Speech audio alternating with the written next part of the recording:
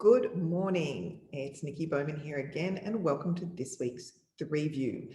Now, you may start to gather, if you've been following my work, that I have something of an obsession with Simon Sinek, and you would be right. It's because his philosophy and his view of what the world should be is so closely aligned with mine. So he's been a huge influence on me. And this week's book is probably my favorite. No, I won't say probably. It is my favorite of all of his books so far. And it is called Leaders Eat Last. So you might recall a few weeks ago, I covered The Infinite Game. This is a much earlier book. It's interestingly not nearly as well known as The Infinite Game or The Start With Why. It sort of fell in between those two movements. But the reason it's so critical to me is because it is all about safety.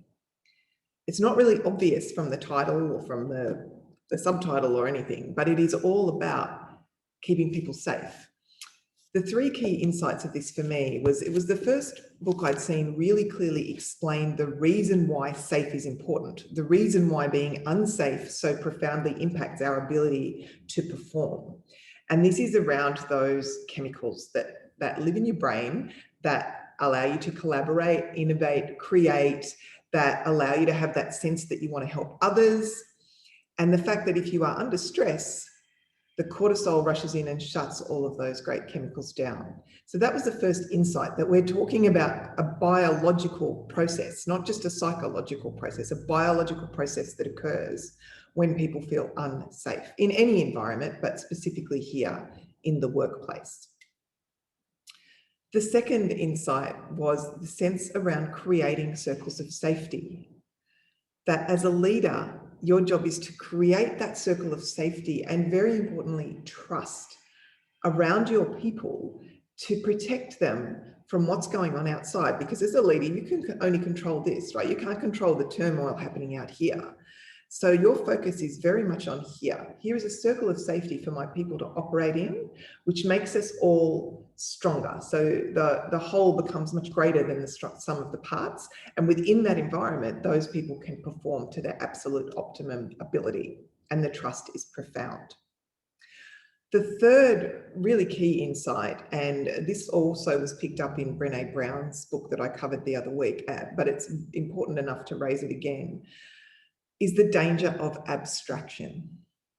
When we abstract people to an amorphous mass, so when we say, oh, refugees, or, oh, people of a certain nationality or a certain religion, and when we start to use terms that abstract people like human resources, head count, other terms that actually describe real people with real lives and real families and real issues, when we can abstract them, it is much easier to ignore them and far easier to hurt them, to actively hurt them.